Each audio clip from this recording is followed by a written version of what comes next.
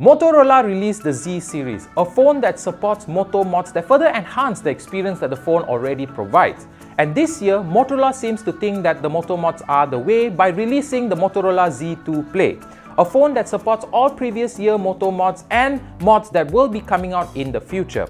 However, can this phone be considered a worthy successor? My name is Tarvin from KLGadgetTV and this is my review of the Motorola Z2 Play.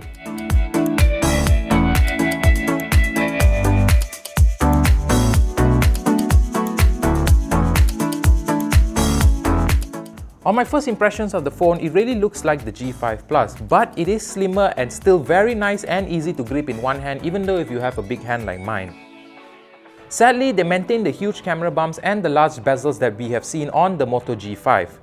There are also connectors on the back of the phone similar to what we've seen in the Z Play, which can support all of last year's Moto mods. Ports and buttons are positioned the same as the G5 Plus, but the SIM tray will accept 2 SIM cards and 1 micro SD cards at the same time. An excellent feature for those of you who use 2 SIM cards but still want that expandable storage.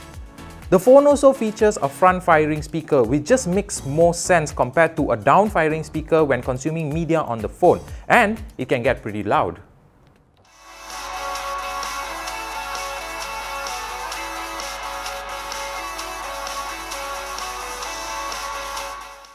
On the internals of the phone, you'll be getting a Snapdragon 626 processor, 4GB of RAM, 64GB of internal storage expandable to 256GB via a micro SD card, and the screen is a 5.5-inch Super AMOLED display with Full HD resolution. Powering the device is a 3000 mAh battery, which to my surprise can give me up to almost 2 days worth of battery. And my usages range from frequent texting to moderate Facebook reading and music listening, which is roughly around 4 to 5 hours of screen on time. If you do run out of battery, however, the phone does support turbocharge, which can roughly give you a full charge of battery in 1.5 hours. On the back is a 12-megapixel camera with dual-tone flash, which takes pretty decent shots, but I did hope that the color reproduction was slightly better. As you can see, the colors seem to be a bit dull.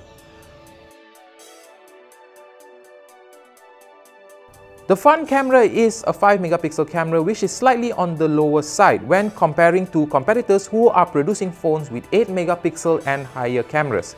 The images are not really that sharp, but it does have a beautifying effect for those of you who are looking for something more. However, if selfies are not something that you take a lot, then the front camera will still serve you very well. For those of you who are looking to do more with the camera, there is the professional mode, which allows you to change the white balance, shutter speed, ISO and aperture. On the interface side, you'll be getting a very close to stock Android interface, which I really enjoy using, and the modifications that they have done complements the stock experience perfectly, like the Moto display, which removes the need of you waking up your phone to check your notification. I find myself using this feature a lot because it is much more convenient than switching on the phone and swiping the notification menu from the top to read your messages. Complementing the stock Android interface is the latest Android 7.1.1, and the phone will support future Android upgrades as well as security patches. The gesture features that we have seen on the G5 Plus is also seen in this phone. Features such as the chop chop to activate the flash and the flip to activate the camera and the selfie camera.